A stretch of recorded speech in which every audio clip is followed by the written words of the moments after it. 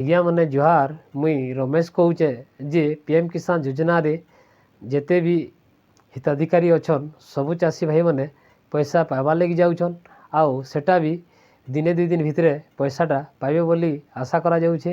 ଆଉ ସରକାର ବହୁତ ଚାଷୀ ଭାଇମାନଙ୍କର ଷ୍ଟାଟସ୍ରେ FTO ଶୋ କରୁଛେ ଆଉ ସେ ଚାଷୀ ଭାଇମାନେ ବହୁତ ଜଲ୍ଦି ପଇସା ପାଇବାର୍କେ ଯାଉଛନ୍ ଆଉ ସେଟା ବି 10 ତାରିଖରୁ ଆରମ୍ଭ ହେଉଛେ। ସେମାନଙ୍କର ଖାତାକେ ପଇସାଟା ଯିବା ଆରମ୍ଭ କରିଛନ୍। ଆଉ ଯେନ୍ ଚାଷୀ ଭାଇମାନଙ୍କର RFT ଶୋ କରୁଛେ ସେ ଚାଷୀ ଭାଇମାନଙ୍କର ବି ପଇସାଟା ଜଲ୍ଦି ଯିବା ବୋଲି ଆଶା କରାଯାଉଛି। ଆଉ ଏଇଟା ଥିଲା ଚାଷୀ ଭାଇମାନଙ୍କର ଗୋଟେ ବଡ଼ ଖୁସି ଖବର। ଭିଡ଼ିଓଟିକୁ ସ୍କିପ୍ ନ କରି ମୂଳରୁ ଶେଷ ପର୍ଯ୍ୟନ୍ତ ଦେଖନ୍ତୁ। ଯଦି ଭଲ ଲାଗେ ଲାଇକ୍ ସେୟାର କମେଣ୍ଟ ନିଶ୍ଚୟ କରିବେ।